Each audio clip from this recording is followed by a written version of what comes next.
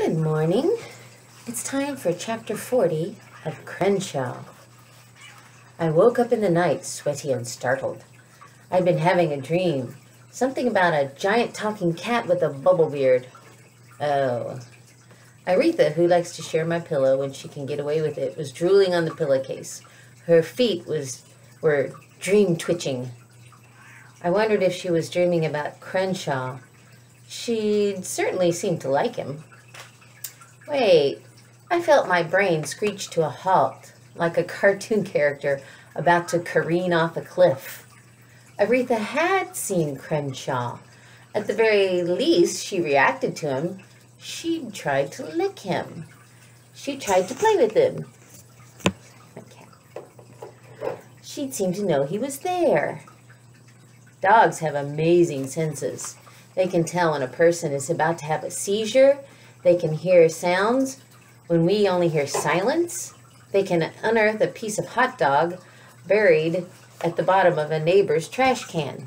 You want to see the story being read? There you go.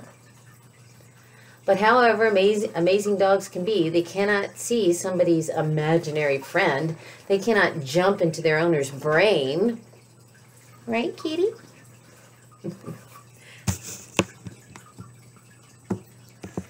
So did that mean Crenshaw was real? Or was it Aretha just responding to my body language? Could she tell I was freaking out? Or did she figure I'd come up with a brand new game called Let's Play with the Giant Invisible Cat? I tried to recall how she'd acted back when we were living in our minivan. Had she sensed Crenshaw's presence then? I couldn't remember. I didn't want to remember. I covered my face with a drooly pillow and tried to go back to sleep. Ooh. Chapter 41. Ribbit said something. I opened my eyes. A frog was on my forehead. He looked familiar, like the windowsill visitor Crenshaw had wanted to eat. I turned my head and the frog leaped off. Next to me lay a human-sized cat. On top of Crenshaw lay a medium-sized dog, and on top of Aretha sat the frog. 2 of the 3 of them were snoring. I sat up on my elbows. I blinked again. I'd left the window ajar.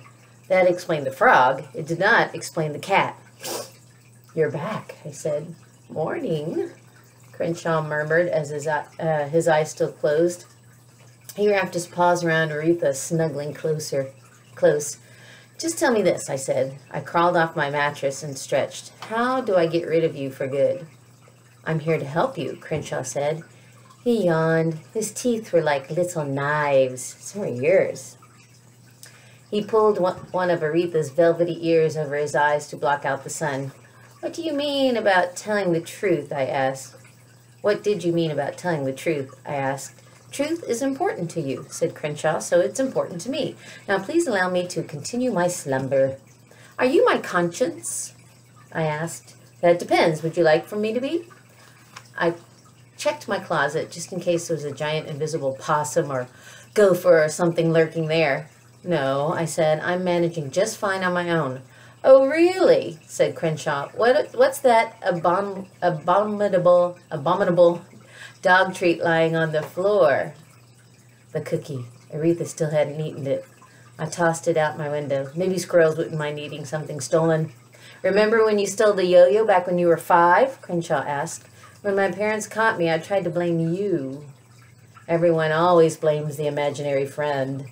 "Then my parents made me take it back and apologize to the store." "I think you see where this is going." Another yawn. "Now, if you don't mind, I'll be taking a little cat nap." I stared at him. He'd made me feel mystified and annoyed and more than a little crazy. And now he was making me feel guilty. One way or another, I had to get him out of my life. "By the way," I said before leaving the room, "you're hugging a dog." I didn't see what happened next, but I heard a hiss, and a yowl. "Yow!" Aretha dashed past me at high speed. She hid under the kitchen table for an hour. All righty. So that is 2 chapters of Crenshaw. We'll pick it up next at chapter 42.